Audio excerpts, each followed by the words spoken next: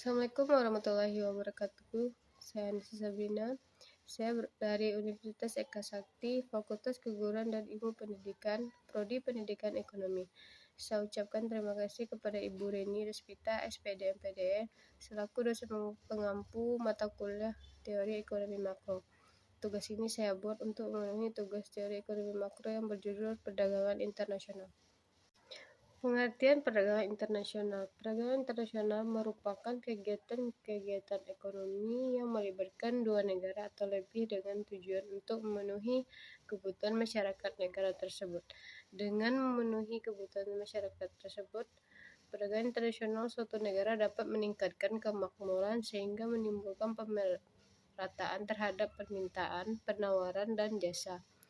Perdagangan internasional juga diharapkan dapat menciptakan lapangan pekerjaan yang sangat dibutuhkan untuk menampung angkatan kerja produktif yang diharapkan juga akan menekan angka pengangguran di negara tersebut.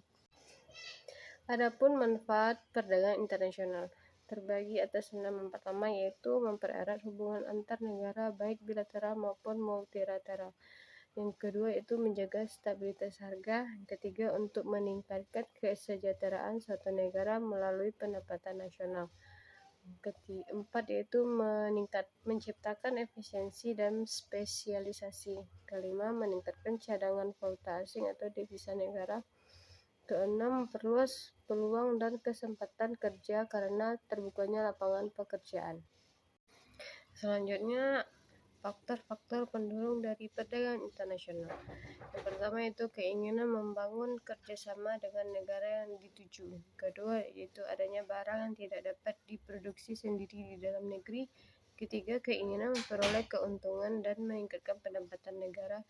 Keempat itu kurangnya hasil produksi sehingga tidak mampu mencukupi kebutuhan masyarakat.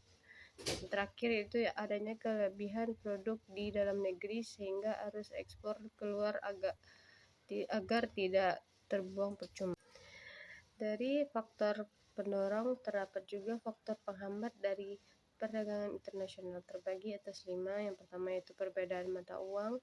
Kedua rendahnya kualitas SDM. Yang ketiga terjadinya perang suatu negara. Keempat munculnya mafia-mafia ekonomi. Yang kelima, kebijakan ekonomi internasional yang dilakukan oleh pemerintah. Nah, teori perdagangan internasional ini terbagi 4. Yang pertama yaitu merkantilisme, yang kedua absolute advantage, yang ketiga comparative advantage, yang keempat deproportional factor theory. Nah, dari keempat ini baiklah saya akan menjelaskan satu persatu.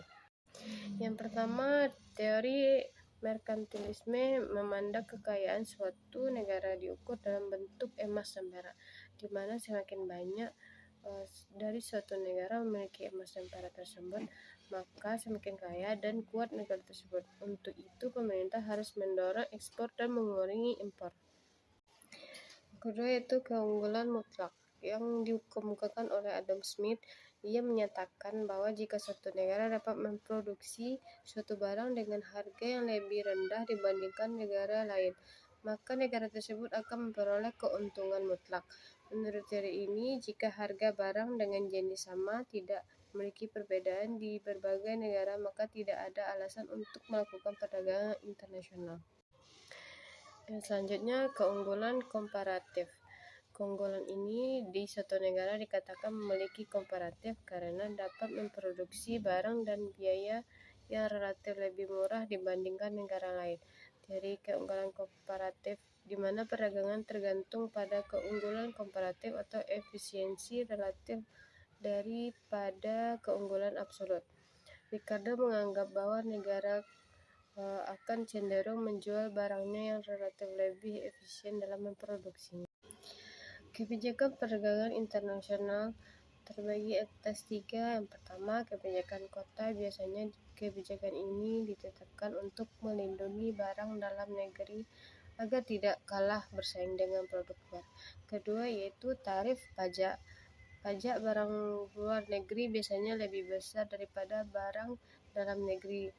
Lagi-lagi kebijakan ini bertujuan untuk melindungi barang dalam negeri agar tidak kalah bersaing dengan produk luar.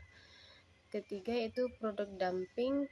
Kebijakan ini merupakan diskriminasi harga secara internasional dengan cara menentukan harga lebih rendah untuk barang luar negeri dan harga menentukan lebih murah untuk memperjual dalam negeri, bertujuan untuk memperluas dan menguasai pasar dengan mudah. Tujuan kebijakan perdagangan internasional yang pertama yaitu agar negara tersebut mendapatkan keuntungan tanpa merugikan negara lain. Kedua itu negara mendapatkan barang dan jasa yang diperlukan oleh rakyatnya. Ketiga, melindungi industri dan perdagangan di dalam negeri, terutama industri kecil. Keempat, mengumpulkan devisa negara yang berasal dari penjualan atau ekspor. Baiklah, sekian, terima kasih. Saya sampaikan kepada teman-teman yang telah menonton video presentasi saya.